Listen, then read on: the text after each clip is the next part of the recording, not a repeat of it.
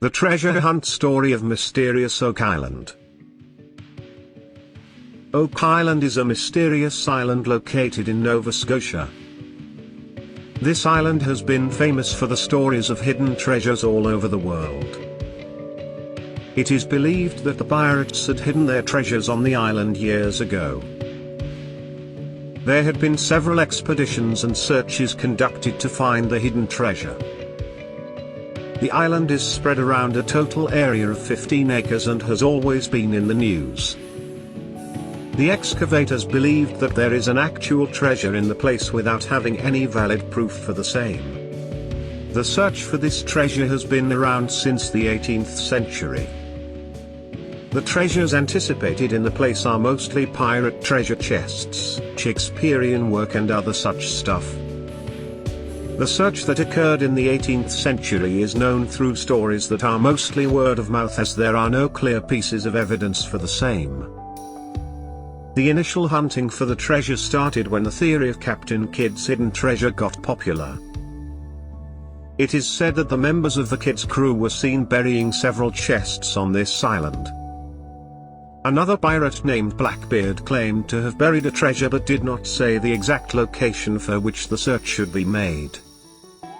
Daniel McGuinness was searching for a farm on the island when he noticed that there was something in the place which was surrounded by 3 oak trees.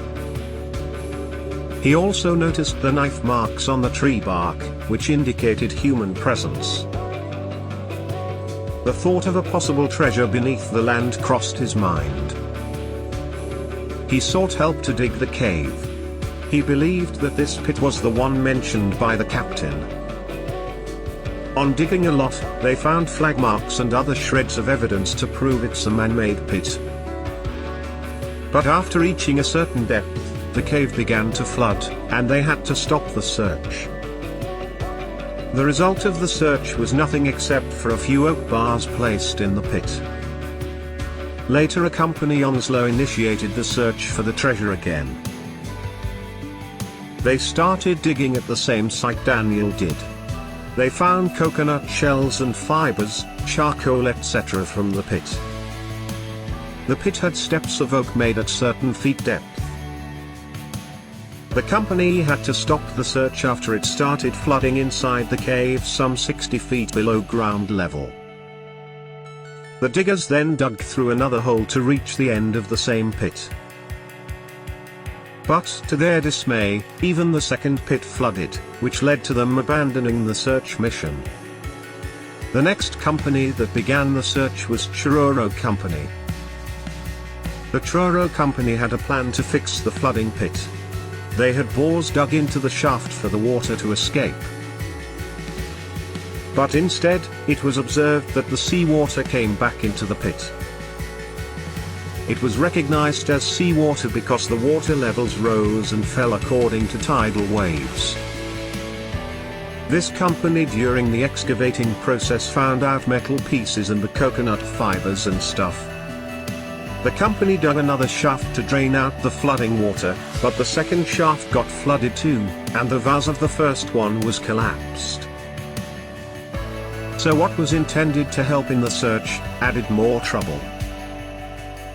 The treasure, which was believed to be at the base of the first shaft, is thought to fall deep below due to this incident. The next search mission was performed by a company called Oak Island Association. They continued with the same digging process, but this time they aimed at not digging into the flooding canals so that they can reach the base without interruptions. The shaft they dug also flooded. The first of casualties in the expedition took place when 6 men passed away in this search mission. It is a belief that 7 men will pass away before the treasure is retrieved from the island. This is believed to be one of the island's curse. After this, several other companies came for the expedition, but all of them were unsuccessful in the process of finding a treasure. Presently, 2 brothers from Michigan, Rick and Marty, own half the island. They purchased the island, spending millions of dollars in the hope that they will recover the treasure chest from the ground. Rick had been dreaming about the treasure excavation since the day he read about it in the magazine Reader's Digest. Rick and Marty subsequently started the search for the treasure in their land. The two benefits that these brothers had over other people is that the place is their own, and they do not have to compete with anybody else in the process.